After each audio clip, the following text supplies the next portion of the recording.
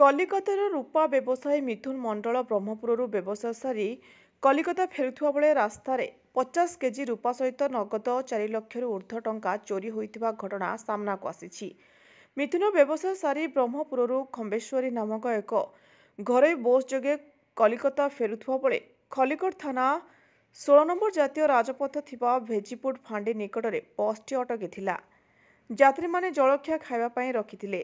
ସେହି ସମୟରେ ମିଥୁନ ମଣ୍ଡଳ ବସ୍ର ସ୍ଲିପର ସିଟ୍ରେ ଏକ ବ୍ୟାଗ୍ରେ 50 କେଜି ଓଜନର ରୂପା ଓ ନଗଦ 4,92,000 ଟଙ୍କା ରଖି ଚା ପିଇବା ପାଇଁ ବସ୍ରୁ ଓହ୍ଲାଇଥିଲେ। ସେହି ସମୟରେ ଏକ କାର୍ରେ 4 ଜଣ ଲୁଟେରା ଆସି ବସ୍ ଭିତରୁ ସେହି ବ୍ୟାଗ୍ଟିକୁ ଧରି ଆଖି ପିଛୁଳାକେ ଚମ୍ପଟ ମାରିଥିଲେ। ମିଥୁନ ଚା ପିଆସାରି ବସ୍ ଭିତରକୁ ଆସି ତାର ବ୍ୟାଗ୍ ନଥିବା ଦେଖି ଭାଙ୍ଗି ପଡ଼ିଥିଲେ ଓ ସଙ୍ଗେ ସଙ୍ଗେ ନିକଟସ୍ଥ ଭେଜିପୁଟ ଫାଣ୍ଡିରେ ଏତଲା ଦେଇଥିଲେ। ପୋଲିସ ସେହି କାର୍ ପିଛା କରିଥିବା ବେଳେ ଏ ପର୍ଯ୍ୟନ୍ତ ଦୁର୍ବୃତ୍ତଙ୍କ ପାଖରେ ପହଞ୍ଚି ପାରିନାହିଁ ପୋଲିସ। ଏଠି ବଡ଼ ପ୍ରଶ୍ନ ଉଠୁଛି, ରାଜପଥରେ ବସ୍ ଯାତ୍ରୀ କେତେ ସୁରକ୍ଷିତ?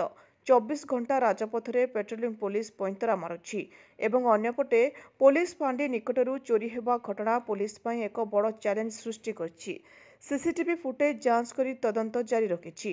ଅନ୍ୟପଟେ ଖଲିକୋଟ ପୋଲିସର ଢିଲାପଣ ବା ପେଟ୍ରୋଲିଂ କରିନଥିବା ହେତୁ 2 ସପ୍ତାହଙ୍କ ମଧ୍ୟରେ 4 ଥର ଲୁଟ୍ ହେଲାଣି। ତଥାପି ଲୁଟେରା ଗ୍ୟାଙ୍ଗ ପାଖରେ ପହଞ୍ଚି ପାରୁନି ପୋଲିସ।